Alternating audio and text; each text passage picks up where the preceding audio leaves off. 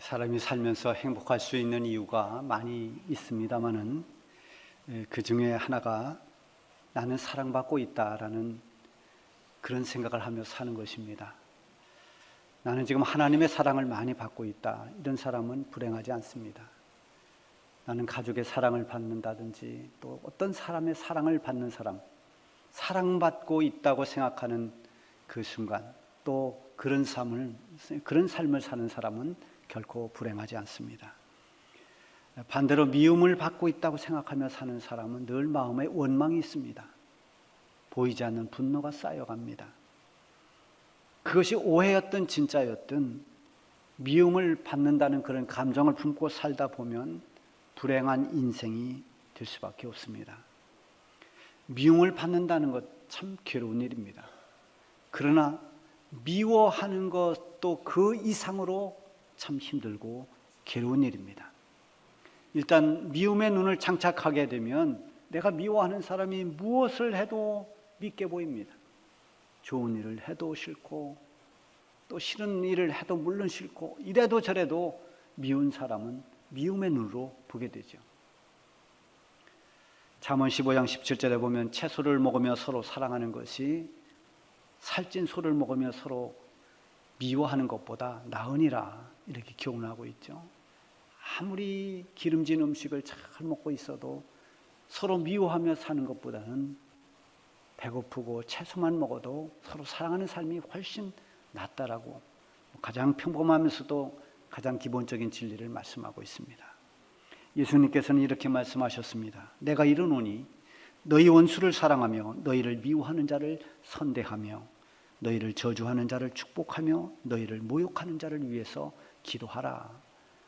너희를 미워하는 자를 선하게 대해줘라, 이렇게 가르쳐 주십니다. 요한일서 2장 9절에 보면 빛 가운데 있다 하면서도 그 형제를 미워하는 자는 지금까지 어둠에 있는 자요. 형제를 미워하는 사람은 어둠에 있는 사람이다, 어둠에다가 표현을 했습니다. 미움의 감정에 붙들려 있으면 영혼의 기쁨을 상실하게 됩니다. 영적으로 자꾸만 침체됩니다. 그래서 점점 빛으로부터 멀어지고 어둠에 갇히게 됩니다. 여러분, 가족 가운데서도 미워하는 사람이 있으면 함께 산다는 것이 결코 즐겁지를 못합니다.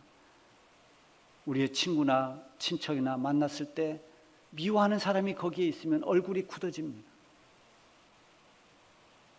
교회 와서 기쁘고 평안해야 되는데 교회 와서 미워하는 사람이 있으면 웃음기가 사라집니다. 미움이라는 감정은 사람을 어둡게 만듭니다. 불행하게 합니다. 영혼의 먹구름이 끼게 됩니다. 그래서 예수님은 더 적극적으로 사랑하라고 가르쳐 주십니다.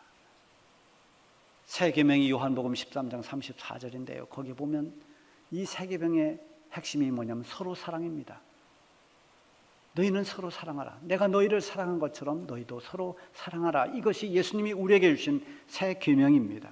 사랑만이 미움을 이길 수 있는 힘이 되기 때문입니다. 우리는 사랑해야 하는 줄을 잘 알고 있으면서도 미워할 때가 많습니다. 그래서 우리는 끊임없이 하나님 앞에 기도해야 됩니다. 하나님, 내 속에 미운 감정들을 제거해 주십시오. 살아가면서 미워하는 사람이 없도록, 내 마음속에 미운 마음이 생기지 않도록 저를 도와주십시오. 이렇게 구체적으로 기도할 필요가 있습니다.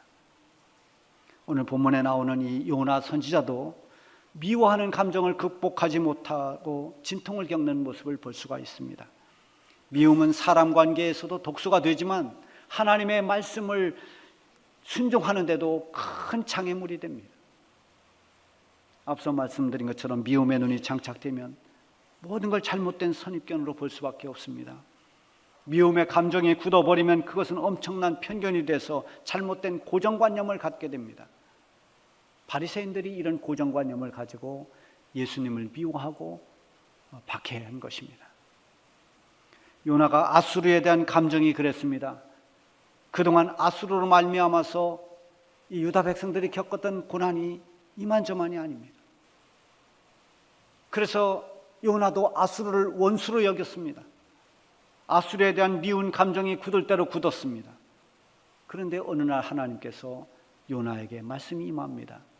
너는 일어나서 저 큰 성읍 니느웨로 가서 나의 말을 전해라. 니느웨 성의 악독이 내 앞에 상달되었느니라. 여러분, 하나님의 말씀은 우리가 듣고 싶은 것만 들려지지 않습니다. 내가 들었으면 하는 그런 말씀만이 하나님 말씀으로 들려지지 않습니다. 때로는 내가 듣고 싶지 않는 말, 내가 정말 부담이 되는 말, 그리고 내가 싫어하는 말씀이 임하기도 합니다. 그래서 우리가 항상 초점을 맞춰야 되는 것은 말씀을 들을 때 내가 어떤 감정이었나가 중요한 것이 아닙니다. 그 말씀을 들으면서 내가 마음이 언짢았다, 불편했다, 또 굉장한 부담이 됐다, 아니면 어떤 마음에 어떤 그런 이렇게 불편함이 생겨났다 등등의 이런 내 마음이 어땠는가, 그것이 아니라 내게 들려진 그 말씀을 내가 어떻게 순종하며 살 것인가를 우리는 관심을 갖고 거기에 초점을 맞춰야 됩니다. 그러기 위해서는 하나님의 말씀이 내 생각보다 옳고 하나님의 뜻이 내 감정보다 옳다는 믿음을 확실하게 가지고 있어야 됩니다. 요나가 받은 하나님의 명령은 요나가 싫어하는 거였습니다. 요나가 원치 않는 말씀을 하나님이 명령하셨습니다.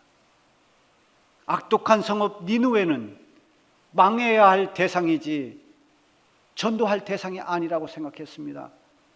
그들이 회개하고 용서받는다는 것을 요나는 용납할 수가 없었습니다. 결국 요나가 선택한 것은 도망가는 거였습니다. 여러분, 그러나 우리가 신앙생활을 하면서 명심해야 되는 것이, 문제를 피해서 무작정 도망가는 것은 절대로 문제를 풀 수 없다는 것입니다. 문제를 놓고 하나님과 부딪혀야 됩니다. 하나님 앞에 씨름해야 됩니다. 하나님과 마주해야 됩니다. 그래서 결국 하나님으로부터 답을 얻어야 됩니다. 야곱이 이제 고향으로 돌아오는 길에 가장 야곱의 마음에 두려움이 있었던 게 형을 만나는 겁니다. 야복강가에 있을 때 형 에서가 400명의 사람들을 끌고 데리고 옵니다.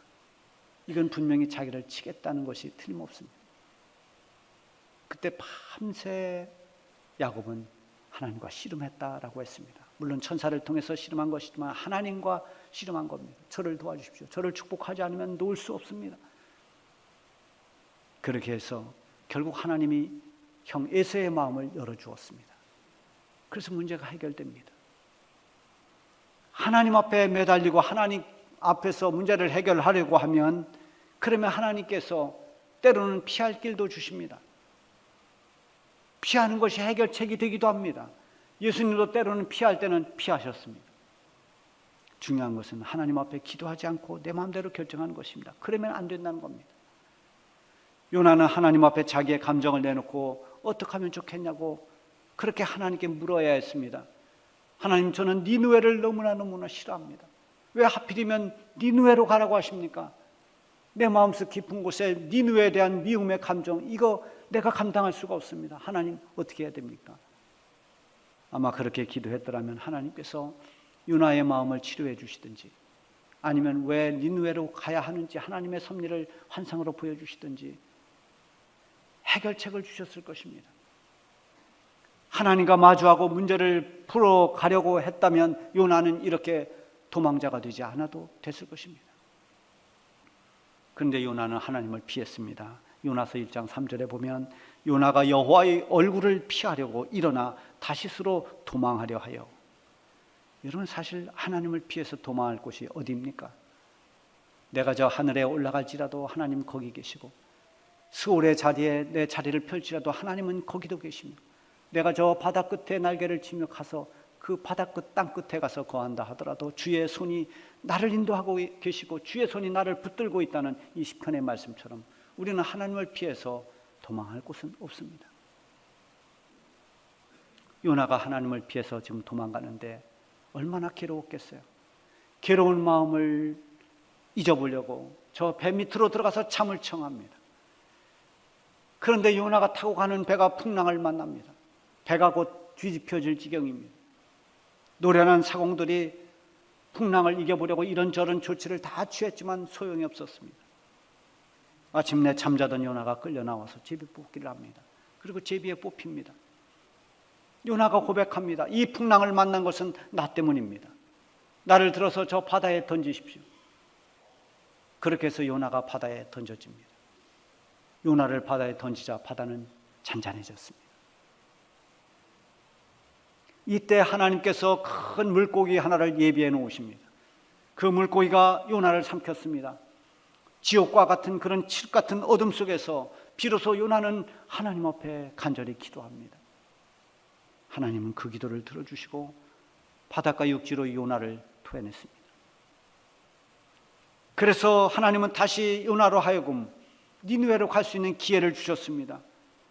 요나가 일어나 하나님의 말씀을 니느웨로 가서 전합니다. 하나님 말씀을 전하기는 전하는데 본래 이 니느웨 성을 다 돌려면 걸어서 다니면서 3일을 다녀야 니느웨 성읍을 다 다니며 하나님 말씀을 전할 수 있는데요, 하루만 다니고 그만뒀습니다. 마음에 없는 거죠. 그럼에도 불구하고 이 니느웨 성의 반응은 놀라웠습니다. 걸어서 사흘 동안 다니면서 전해야 될 그 성읍 전체에 전할 수 있는 것을 하루만 전했는데도 그 요나가 전한 그 말이 왕의 귀에까지 들렸습니다. 니느웨 성읍이 이대로 악을 행하다가는 40일 후에는 성이 무너지고 멸망당할 것이다. 이 하나님의 준엄한 경고의 말씀을 왕은 허투루 듣지 않고 가슴으로 들었습니다.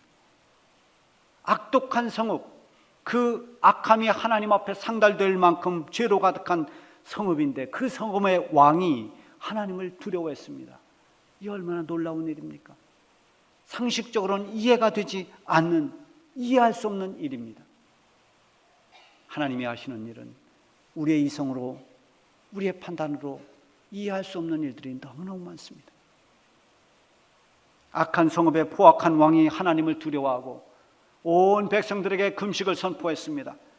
그리고 지금까지 행했던 모든 악에서 손을 떼고 악한 길에서 떠날 것을 명령했습니다. 그리고 모두가 회개합니다. 이것은 요나의 설득력 때문도 아니고 요나의 열정 때문도 아닙니다.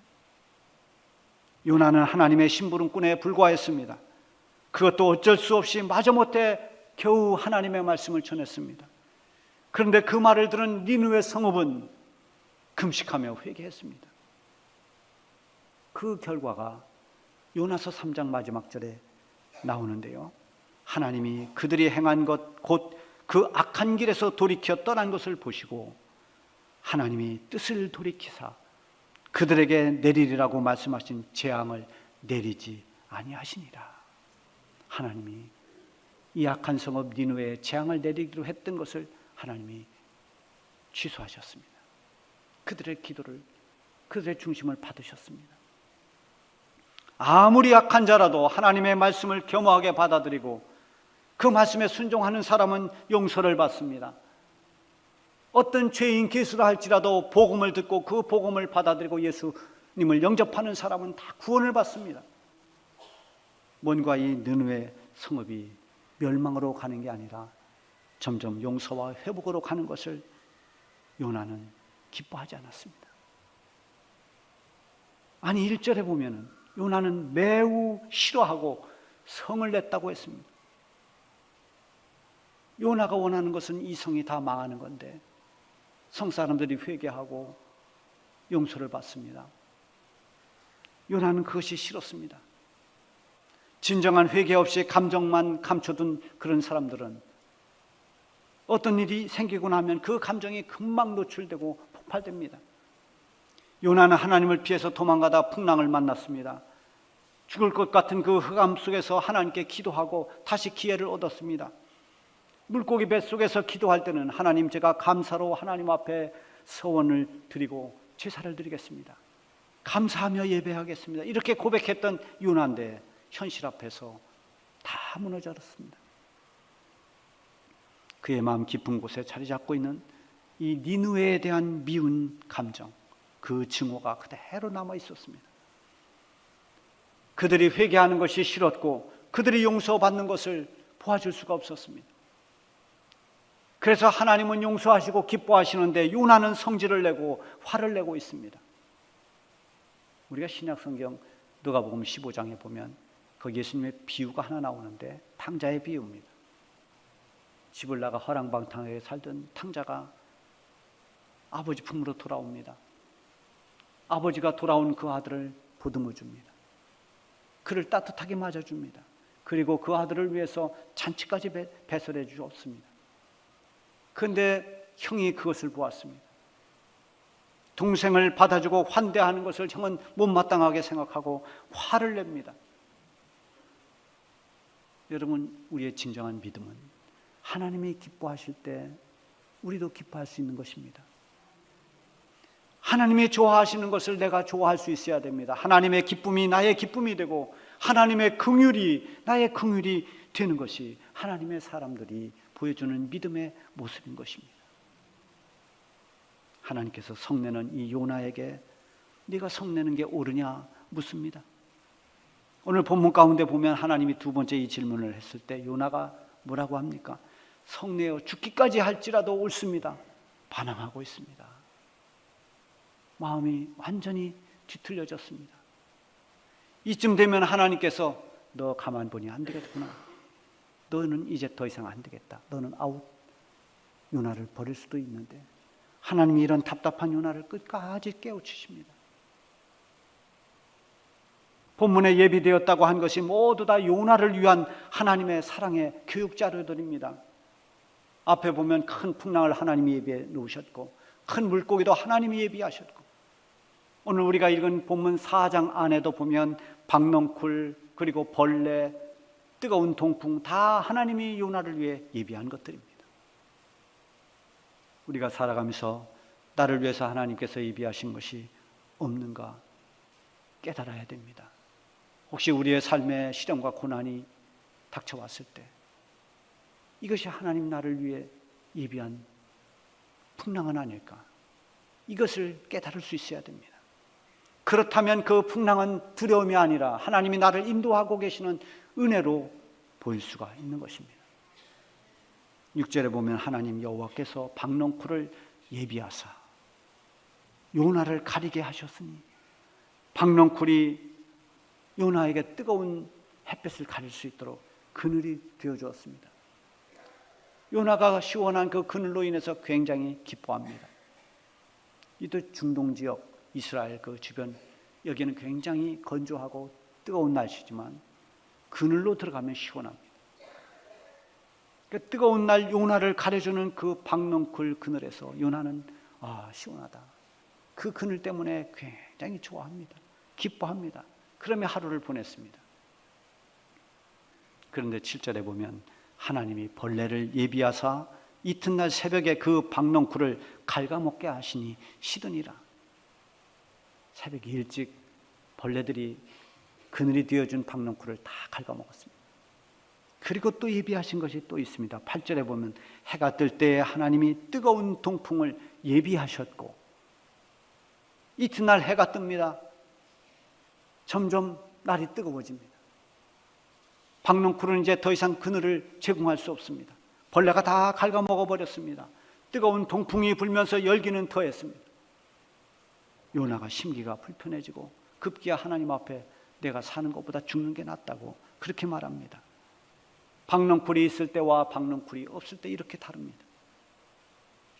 그때 하나님께서 요나에게 하신 말씀이 10절과 11절입니다. 네가 수고도 아니하였고 채배도 아니하였고 하룻밤에 났다가 하룻밤에 말라버린 이 박넝쿨을 아꼈거든. 하물며 이 큰 성읍 니느웨에는 좌우를 분별하지 못하는 12만여 명이 여기에 있고 가축도 많이 있으니 내가 어찌 아끼지 아니하겠느냐. 이 니느웨 성읍에 10만 명이 넘는 그 많은 영혼들 어찌 내가 아끼지 않겠느냐. 요나는 하룻밤 사이에 말라버리고 마는 박넝쿨을 아꼈습니다. 그것 때문에 기뻐했습니다. 하지만 박넝쿨은 잠시 요나의 머리를 시원하게 해주고 금방 없어지고 말았습니다. 잠시 우리를 기쁘게 해주는 세상의 것은 결국 다 언젠가는 우리를 떠나가고 사라지고 맙니다. 하나님이 아끼시는 것은 사람의 영혼입니다. 죽어가는 영혼을 살리려는 것이 하나님의 뜻입니다. 비록 니느웨처럼 멸망을 앞둔 악한 성읍 사람이라 할지라도 하나님은 그들을 긍휼히 여기십니다. 하나님은 그들의 영혼을 긍휼로 바라보시고 그들이 돌아와 구원받기를 원하시는 것입니다. 지금도 우리 주변에는 죽어가고 있는 영혼들이 많이 있습니다. 하나님의 관심은 세상에 기쁨을 주는 박넝쿨이 아니라 구원받아야 할 수많은 영혼들입니다. 하나님께서 불쌍히 여기는 사람들, 하나님이 아끼시는 수많은 영혼들, 오늘도 이 어지러운 세상 가운데서 영적으로 신음하고 목말라 하는 영혼들에게 여러분 담대하게 복음을 전하시기 바랍니다. 복음을 전하는 나의 작은 순종을 통해서도, 나의 부족한 전도 활동을 통해서도 회개하고 돌아오는 사람들, 하나님께로 돌아와서 구원받는 사람들이 예비되었다는 이 사실을 기억하고 여러분 모두가 총력전도에 나설 수 있기를 바랍니다.